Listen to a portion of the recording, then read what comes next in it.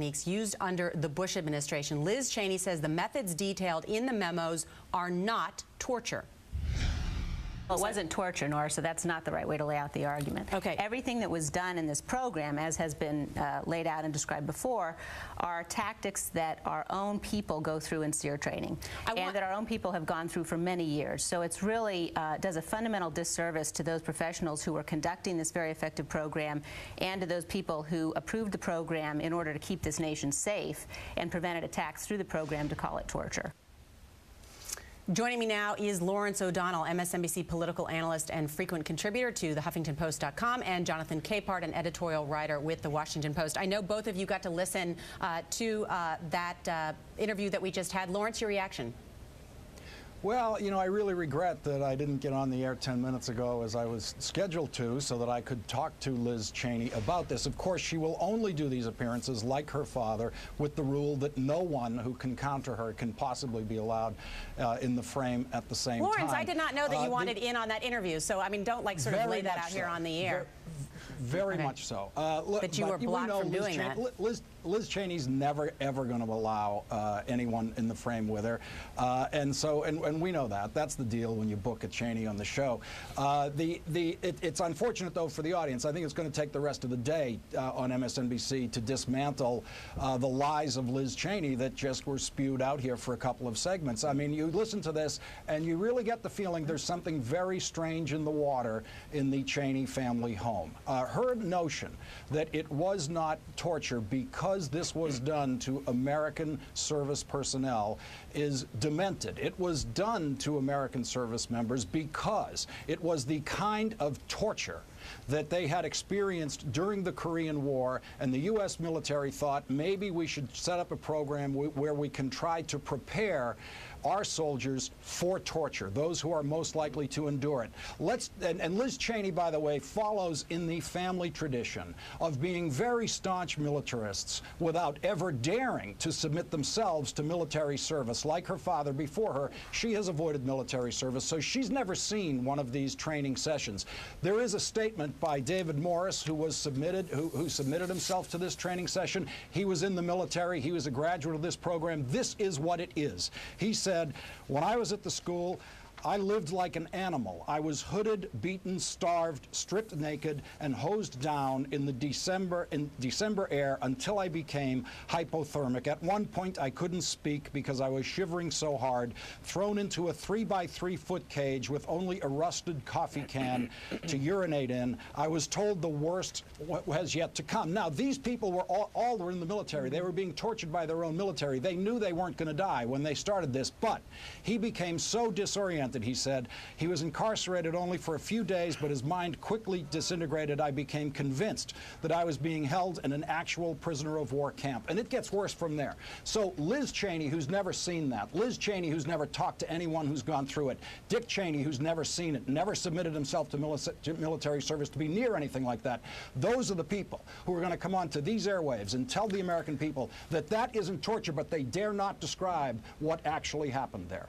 So, Jonathan, given that, why is it is there a reluctance by the Attorney General, Eric Holder, who we heard again today, to prosecute and go after Bush administration officials who approved and authorized these harsh interrogation tactics? Well, I think it's because maybe the Attorney General and folks in the Obama administration, but certainly we, the American people, don't have all the information. We don't know, and I think that what happened, who determined what was legal and what wasn't, who wrote these opinions, and why? Was there any kind of pressure? That interview you did, and bravo to you, Norah, for that interview. That interview you did, plus all the questions that are out there now, give a clear reason why there's a need for an independent commission along the lines of a 9/11 commission to answer all of these outlying questions. I agree 100% with what Lawrence just said. said. It's too bad that there wasn't someone to counter Liz Cheney. You know, one of the things that's in the Levin report that came out yesterday, I believe, it says that the people who put together that program that Liz Cheney lauded in the interview, they told the Bush administration officials, do not reverse engineer our program. In a lot of cases, it's not appropriate. So the idea that just because this was done to American troops and therefore it's okay to do to detainees in American prisons it just shouldn't be done. You know, we had a very interesting experience, of course, because Liz Cheney said, of course, this is not torture. And then, Lawrence, there was sort of a slip on Capitol Hill today by the leading Republican in the House, John Boehner. Let me just play to you what he had to say when talking about what Republicans call harsh interrogation methods. What am I hearing in the control room? Okay, even though I called for this sound and had it brought up, Lawrence, just to tell you, is that he said, John Boehner, there was, here it is. Last week they released these memos outlining torture techniques that was clearly a political decision and ignored the advice of their Director of National Intelligence and their CIA director. Lawrence, his spokesman later said he misspoke, but he called them torture techniques. Mm-hmm.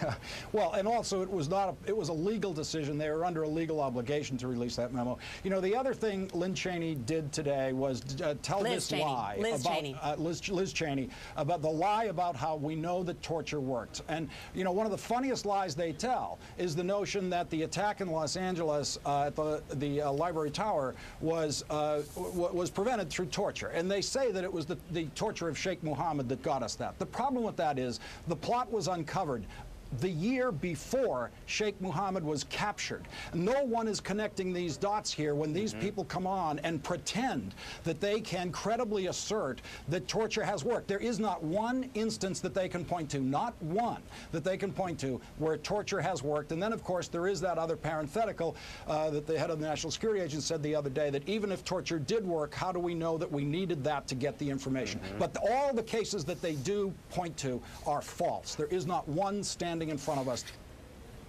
Well, and as you point out, Lawrence, the FBI director, of course, Robert Mueller, is on the record saying that he believes that the intelligence gained through these coercive methods, he has said, quote, I do not believe that has been the case. So the FBI director is on the record on that. Lawrence O'Donnell, Jonathan Capehart, thanks to both of you. We're going to have much more straight ahead right here on MSNBC.